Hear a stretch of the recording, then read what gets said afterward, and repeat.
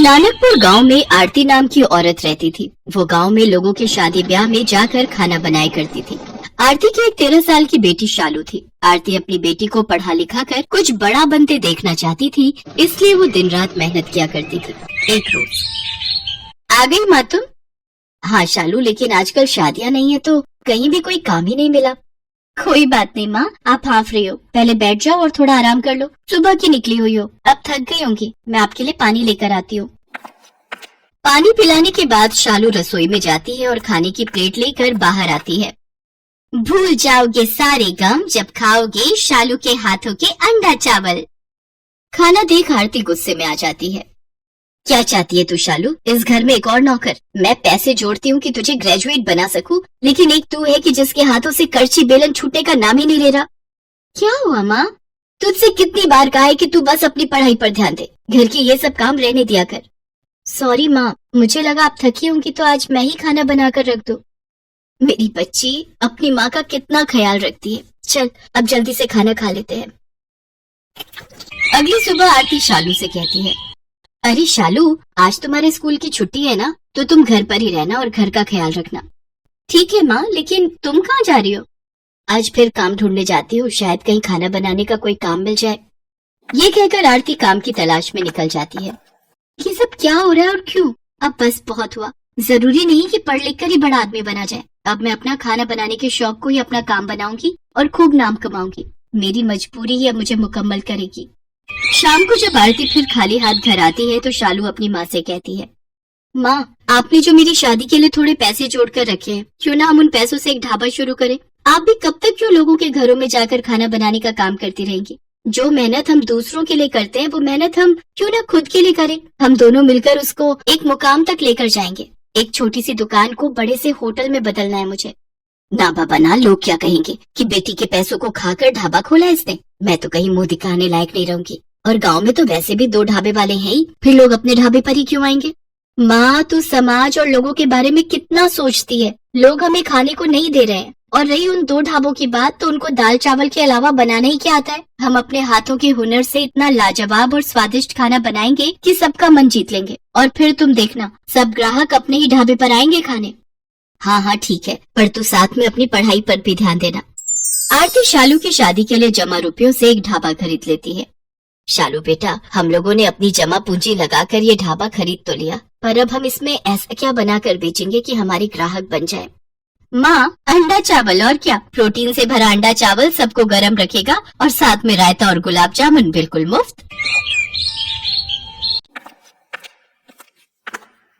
शालू और आरती सब ग्राहकों को अंडा चावल के साथ पीने के लिए बूंदी रायता और मीठे में गुलाब जामुन परोसती है। सबको उनके हाथ का खाना बहुत पसंद आता है, और वो भी इतने कम दाम में। सचमुच शालू बेटा, तेरे हाथों में तो साक्षात माँ अन्नपूर्णा का वास है। भाई वाह, क्या स्वाद है तेरे हाथों में, वाह। हाँ आरती बहन, तू तो बड़ी ही भाग्यशाली है जो इतनी होनहार बेटी तुझे मिली है। धीरे धीरे गांव भर में उनका ढाबा बहुत मशहूर हो जाता है, और उनके यहाँ ग्राहकों की भीड़ लगनी शुरू हो जाती है। शालू और आरती की दुकान अब काफी अच्छे से चलने लग जाती है, जिससे दूसरे ढाबे वाले उससे जलने लगते हैं। उसकी सफलता देख बगल के ढाबे वाला मंगत राम कहता है, इन माँ बेटी ने मिलकर हमारे काम की वाट लगा रखी है। लगता है इन दोनों को मजा चखाना ही पड़ेगा। अगले दिन मंगत राम ने अपने 2 गुंडों जग्गू और कालू को शालू के ढाबे पर भेज दिया, जहां पहुंचकर वो दोनों शालू की मां आरती से बदतमीजी करने लगते हैं और कहते हैं, अरे सुनो छमिया है, अगर तूने जल्द से जल्द इस ढाबे को बंद नहीं किया ना तो इसका अंजाम बहुत बुरा होगा बे। ये सब क्या बेकार की हरकत है? मालिक का कहना है कि ये ढाबा तुम जल्द बंद कर दो, समझे? नहीं तो आगे का अंजाम तो तुम दोनों जानते ही हो। अपनी ये धमकी किसी और को जाकर देना, वरना एक ऐसा थप्पड़ पड़ेगा ना जग्गू। और कालू कौन है? ये कोई पहचान भी नहीं पाएगा। रुको, अभी पुलिस को फोन लगाकर तुम दोनों की हेकड़ी निकालती हो। चल चल कालू, ये लड़की नहीं सचमुच में आफत की पुड़िया है। क्यों तू इन गुंडों से उलझती है? अगर इन्हें इनकी सही जगह ना दिखाओ ना माँ, तो ये सिर पर चढ़ जाते हैं। जग्गू और कालू ये सारी बात जाकर मंगत राम को बताते हैं, पर मंगत राम आखिर कहाँ शांत बैठने वाला था। उसे एक चाल सूझती है और वो कुछ अंडे के आकार के पत्थर लेता है और उन्हें सफेद रंग से पेंट कर देता है। और फिर आधी रात को जाकर शालू के ढाबे में अंडों की जगह उन्हें रख देता है। अगले दिन जब आरती और शालू अंडा चावल बनाने की तैयारी कर रही होती हैं, तभी शालू की नजर उन अंडों पर जाती है।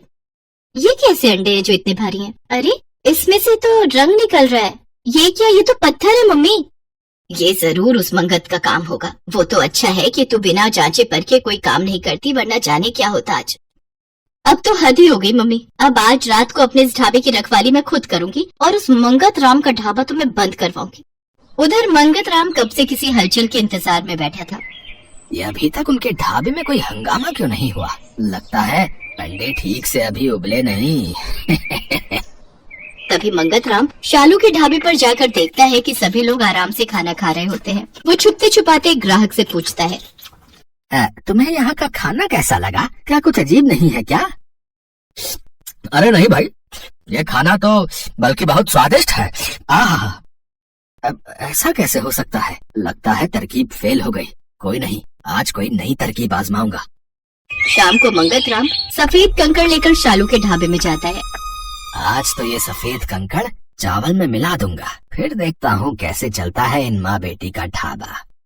वहीं शालू और आरती छुपकर ये सब देख रही होती हैं। वो जैसे ही चावल में कंकड़ मिलाने लगता है तो शालू और आरती उसे रंगे हाथ पकड़ लेती है। साथ ही शालू इस सारी हरकत को अपने फोन में रिकॉर्ड कर लेती है और पुलिस को फोन कर उसे वहाँ बुला लेती है। मंगत चाचा, अगर कंपटीशन करना ही है तो सामने आकर करो। अगर इस तरह के काम करोगे तो फिर तो जेल की हवा खानी ही पड़ेगी। इसके बाद शालू और आरती अगले दिन से फिर से अपने काम धंधों में लग जाते हैं। कुछ दिनों बाद उनके गांव में एक फूड कंपटीशन होता है, जिसमें जीतने वाले को 5 लाख इनाम देने की घोषणा होती है। शालू भी उस प्रतियोगिता में हिस्सा लेती है और वो अपने अंडा चावल की रेसिपी वहाँ पर बनाती है। इतने बड़े कंपटीशन को जीतने के लिए आपने इतनी साधारण सी डिश को क्यों चुना? आपको एक बार भी नहीं लगा कि आप रिजेक्ट हो सकती हैं? नहीं साहब, ये अंडा चावल ही मेरा घर चलाता है और इसकी वजह से ही मेरा ढाबा गांव भर में फेमस है, इसलिए मैंने यही बनाना उचित समझा। जजेस जब वो अंडा चावल टेस्ट करते हैं तो उन्हें खाकर हैरान रह जाते हैं। उन्होंने जिसे बहुत साधारण डिश समझा था वो बहुत ही लाजवाब होती है। वाह, इतना यमी अंडा चावल मैंने आज तक नहीं खाया। क्या आप अंडा चावल की ये रेसिपी मेरे साथ शेयर करेंगे? मैं इसे अपने होटल में अप्लाई करना चाहता हूँ। एंड यू डोंट वरी, इनाम के साथ साथ इस रेसिपी को शेयर करने के लिए मैं आपको अलग से पेमेंट करूंगा। जी जरूर सर, ये तो मेरे लिए खुशी की बात होगी जो इतने बड़े होटल में मेरी रेसिपी के अंडा चावल बनेंगे। शालू ये कंपटीशन जीत जाती है और अब उसका ढाबा और भी अच्छा चलने लगता है। आरती और शालू के दिन बदल जाते हैं और अब वो उसी गांव में खुद का बड़ा सा होटल खोल लेती है और उसमें अपना अंडा चावल की डिश को उस होटल की स्पेशलिटी के तौर पर रखती है। धीरे धीरे शहरों से टूरिस्ट आकर उसके होटल में ठहरने लगते हैं और उसके यहाँ का फेमस अंडा चावल खाते हैं। साथ ही वो अपने होटल के खाने के रेट भी बड़े ही साधारण रखती है, जिससे कि टूरिस्टों के साथ साथ गांव वाले भी उसके अंडे चावल का स्वाद चख सके। इस तरह शालू और आरती अपने होटल को बड़े ही अच्छे ढंग से चलाती है। साथ ही शालू अपनी पढ़ाई पर भी पूरा ध्यान देकर क्लास में अच्छे नंबरों से पास होती है।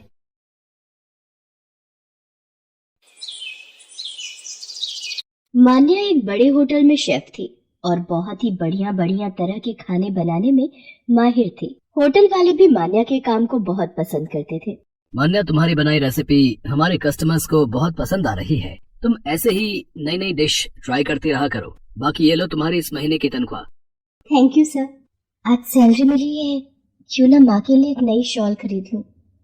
ठंड का मौसम भी आने वाला है और राहुल भी बहुत समय से नया बैट खरीदने के लिए कह रहा था। उसका जन्मदिन भी आने वाला है, उसके लिए एक बैट खरीद लेती हूँ। मान्या अपनी माँ के लिए शॉल और अपने छोटे भाई के लिए एक बैट खरीद कर घर पहुँचती है। अरे वाह दीदी, नया बैट! आज मैं इसी बैट से क्रिकेट खेलूंगा। मान्या बेटा, तुझे सैलरी मिलती है, तू हमारे लिए इतना कुछ ले आती है, अपने लिए भी कभी कुछ खरीद लिया कर बेटा। माँ, आप दोनों के लिए खरीद लेती हूँ तो समझो मुझे उसी में दुनिया की खुशी मिल जाती है। मान्या सबके बारे में कितना सोचती है। हे भगवान, मेरी बच्ची को सदैव सफलता मिलती रहे। आपका आशीर्वाद मेरी बच्ची पर सदैव बना रहे। मेरी बच्ची ने बचपन में बहुत दुख देखे हैं। अपने पिता के जाने के बाद सारी जिम्मेदारी इसी ने संभाली। मान्या इसी तरह से मेहनत से होटल में काम कर रही थी। मोनिका नाम की एक लड़की भी उसी होटल में वेटर की नौकरी करती थी। वो भी मान्या के बनाए खाने की बहुत तारीफ करती थी।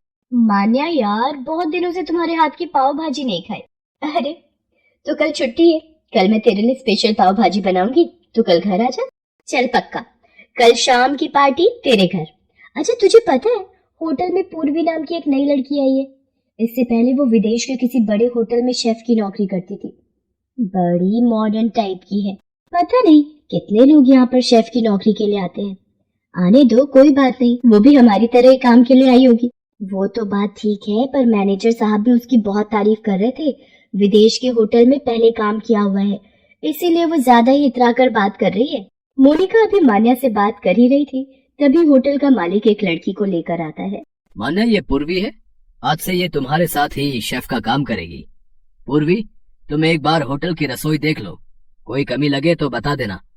और मैं जानता हूँ तुमने तो पहले ही इतने बड़े होटल में शेफ की नौकरी की हुई है, तो तुम्हें समझाने की जरूरत नहीं पड़ेगी। तुम्हें तो पता ही होगा कि कस्टमर्स किस तरह का खाना पसंद करते हैं। आप चिंता मत कीजिए सर, अब मैं आपके होटल में आ गई हूँ ना, अब देखना आपके होटल में कस्टमर्स की भीड़ लगी रही। पूर्वी मान्या के साथ काम पर लग जाती है, पर पूर्वी बहुत ही चालाक लड़की थी। सारा काम मान्या करती थी, पर जैसे ही मैनेजर सामने पड़ता, पूर्वी झट से काम का दिखावा करने लगती। पूर्वी काम को लेकर अक्सर लापरवाही दिखाती थी। ऐसे ही एक दिन, पूर्वी ये ऑर्डर रेडी करना है और ध्यान रहे ये खाना बिना मिर्ची का बनाना है। एक सेकंड, मेरा जरूरी कॉल आ रहा है, बाकी तुम चिंता मत करो, मैं ध्यान रखूंगी। अरे मान्या, जरा ये 2 ऑर्डर रेडी करने हैं, मिर्ची ज्यादा रखना, मैं जरा एक कॉल अटेंड करके आ रही हूँ। खाने में मिर्च होने से और वो भी ज्यादा मिर्च खाकर कस्टमर्स गुस्से में आ जाते हैं। ये इतनी बड़ी गलती कैसे हुई मोनिका? मैंने तुम्हें कहा था कि इस ऑर्डर में मिर्ची नहीं डालनी है। सर मैंने तो पूर्वी को बोल दिया था, पर उसने ऐसी गलती क्यों की मुझे नहीं पता। सर आपको पता है, मेरे एक विदेशी फ्रेंड हमारे होटल में मेहमान बनकर आ रहे हैं, इसलिए मैं उनसे फोन पर बात कर रही थी। मैंने मान्या को बोल दिया था इस खाने में मिर्च नहीं डालनी है, फिर उसने मेरी बात को अनसुना कैसे कर दिया मुझे नहीं पता। मान्या, मैं तुम्हें अभी इसी वक्त नौकरी से निकाल रहा हूँ, कल से आने की कोई जरूरत नहीं है। सर जहाँ झूठ पर विश्वास किया जाता हो, वहाँ मैं खुद नौकरी नहीं करना चाहती। Thank you. मान्या उदास मन से घर आ जाती है और सारी बात अपनी माँ को बताती है। तूने बिल्कुल ठीक किया बेटा, जहाँ इज्जत ना हो ऐसी जगह पर नौकरी करने की कोई जरूरत नहीं है। नमस्ते आंटी जी, मान्या कैसी? अरे मोनिका, तू आज जॉब पर नहीं गई? तुझे पता है मेरा भी उस होटल में तेरे बिना दिल नहीं लग रहा था, इसलिए मैंने वो जॉब छोड़ दी। मोनिका, तूने मेरी खातिर जॉब छोड़ दी? पर मोनिका, अरे कोई बात नहीं, वैसे भी वो जॉब करते करते मैं तंग आ गई थी, अब कुछ दिन का ब्रेक लेकर फिर कोई काम ढूंढूंगी। चल आज फिर मैं तुझे अपने हाथ की पाव भाजी खिलाती हूँ, उस दिन भी तू आ नहीं पाई थी। मैंने एक नया काला मसाला बनाया है, आज पाव भाजी में वही डालूंगी। इसका मतलब आज तो मुझे काली पाव भाजी खिलाने वाली है। हाँ यही समझ ले, काले मसाले की बनी काली पाव भाजी। मान्या, काली पाव भाजी तो बहुत ही स्वादिष्ट बनी है। मान्या तो सचमुच बेस्ट शेफ है। इस पाव भाजी को खाकर मेरे दिमाग में एक आइडिया आया है, क्यों ना तू काली पाव भाजी का ठेला शुरू कर दे। क्यों ना दोनों मिलकर शुरू करते हैं, आधे पैसे मैं लगाऊंगी, बाकी के आधे पैसे तू लगा ले, दोनों पार्टनरशिप में काम करेंगे। क्यों आंटी जी, सही कह रही हो ना? आइडिया तो अच्छा है। मान्या तुम बताओ बेटा। माँ अगर आप दोनों को ये सही लग रहा है तो ठीक है। मोनिका, हम दोनों मिलकर काली पाव भाजी का ठेला शुरू करते हैं। मान्या और मोनिका दोनों मिलकर काली पाव भाजी का ठेला लगा लेते हैं। मान्या के हाथों की बनी काली पाव भाजी लोगों को बहुत पसंद आ रही थी। धीरे धीरे उनके ठेले पर भीड़ बढ़ती जाती है और मान्या और मोनिका की काली पाव भाजी सोशल मीडिया पर फेमस हो जाती है। मान्या, तेरे हाथों में जादू है, आज देख हमारे ठेले पर कितनी दूर दूर से लोग काली पाव भाजी खाने के लिए आने लगे हैं। ये देख हमारे ठेले की काली पाव भाजी के सोशल मीडिया पर कितने वीडियोस बने हैं। मोनिका, ये सब तेरे कारण ही संभव हो पाया है। तू अगर मुझे हिम्मत ना देती तो मैं तो बिल्कुल निराश हो गई थी। मान्या, ये तेरा हुनर है जो तुझे यहाँ तक लाया है। अच्छा सुन, मैंने वो तुझे बताया था ना, होटल खोलने के लिए एक अच्छी जगह मिल गई है, आज ही देखने चलते हैं। मान्या के खाना बनाने का हुनर और मोनिका की दोस्ती दोनों जब आपस में मिल गए तो उन दोनों ने अपने काम में सफलता हासिल की और कुछ समय बाद उन्होंने अच्छे पैसे कमाकर एक बड़ा होटल खोल लिया, जिसमें सबसे स्पेशल डिश थी काली पाव भाजी। Thanks for watching. तो बच्चों, उम्मीद करते हैं आपको ये कहानी पसंद आई होगी। अगर आपने हमारे चैनल को अभी भी सब्सक्राइब नहीं किया है तो चैनल को सब्सक्राइब करें, बेल आइकन पर क्लिक करें, जिससे हमारी आने वाली वीडियो सबसे पहले आपको मिल सके। तो मिलते हैं ऐसे ही नई कहानी के साथ नेक्स्ट वीडियो में। आप सभी को बाय बाय।